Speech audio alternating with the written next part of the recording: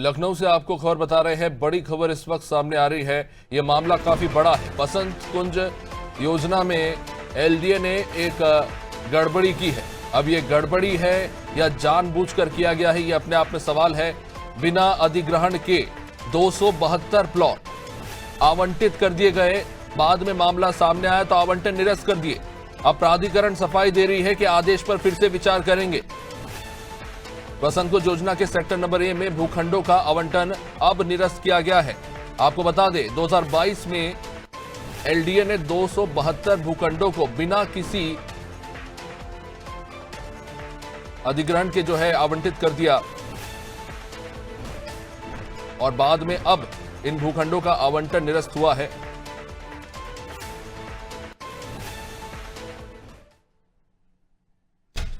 ये तस्वीर हम आपको दिखा रहे हैं। एलडीए के 272 प्लॉट जिनका आवंटन अब निरस्त कर दिया गया। बिना किसी अधिग्रहण के बेच दिए गए 272 प्लॉट। अब प्राधिकरण की सफाई है कि आदेश पर फिर से विचार होगा। समझने की कोशिश करेंगे। हमारे सहयोगी अभिषेक इस पर हमारे साथ लगातार बने हुए हैं।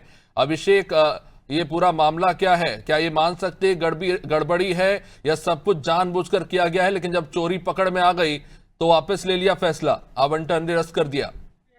देखिए, लखनऊ विकास प्राधिकरण की ये पुरानी रणनीति रही है। लखनऊ विकास प्राधिकरण में तमाम ऐसे अफसर बाबू बैठे हुए हैं जो सालों से इस तरह के हेरफेर करते हैं, फाइलें गायब करते हैं या दूसरे के नाम की जमीनें दूसरों को आवंटित करते हैं।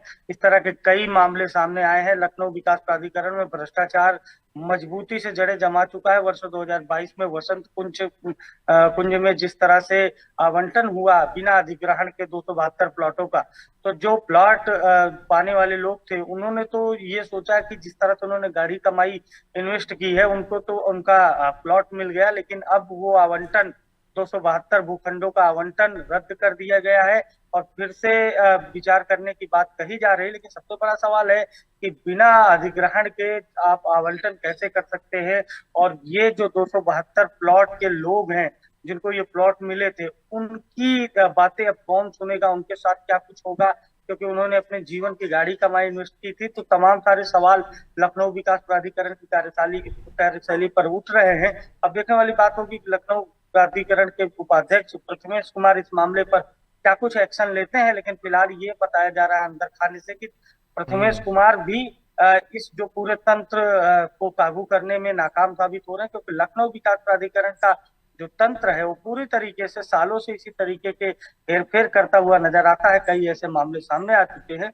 अब सवाल है, सबसे बड़ी बात यह है कि मुख्यमंत्री योगी आदित्यनाथ के आवास से चंद कदम दूर लखनऊ विकास प्राधिकरण में इतना बड़ा खेल हो रहा है और जीरो टॉलरेंस नीति का लखनऊ विकास प्राधिकरण में असर नहीं है। तो अब देखने वाली बात होगी कि आगे क्या कुछ इस मामले में कार्रवाई होती है। लेकिन बिना अधिग्रहण के भूखंडों का आवंटन कहीं ना कहीं बड़े सवाल खड़ा करता है। अभिषेक, क्या कुछ जानकारी है? क्या मार्केट प्राइस होगी? जो 272 प्लॉट बेचे गए, कितने कितने के ये हो सकते हैं? अंदाजन या अनुमानन कुछ बातचीत में पता चला वहां से? देखिए जो परिवार जिनको ये प्लॉट मिले थे उनसे भी बात नहीं हो पाई है। लेकिन ये कहा जा रहा है कि वो लखनऊ विकास प्राधिकरण पहुंचकर, आज तो रविवार है और रविवार के दिन कार्यालय बंद रहता, कहा यह जा रहा है कि कल वो बड़ा प्रदर्शन कर सकते हैं, लखनऊ विकास प्राधिकरण का घेराव कर सकते हैं, मुख्यमंत्री योगी आदित्यनाथ से मिलने के लिए वो समय ले सकते हैं, क्योंकि 272 परिवारों की बात है। तो अब आगे क्या कुछ होता है ये कल देखने को मिलेगा। निश्चित रूप से शुक्रिया अभिषेक, बने हमारे साथ।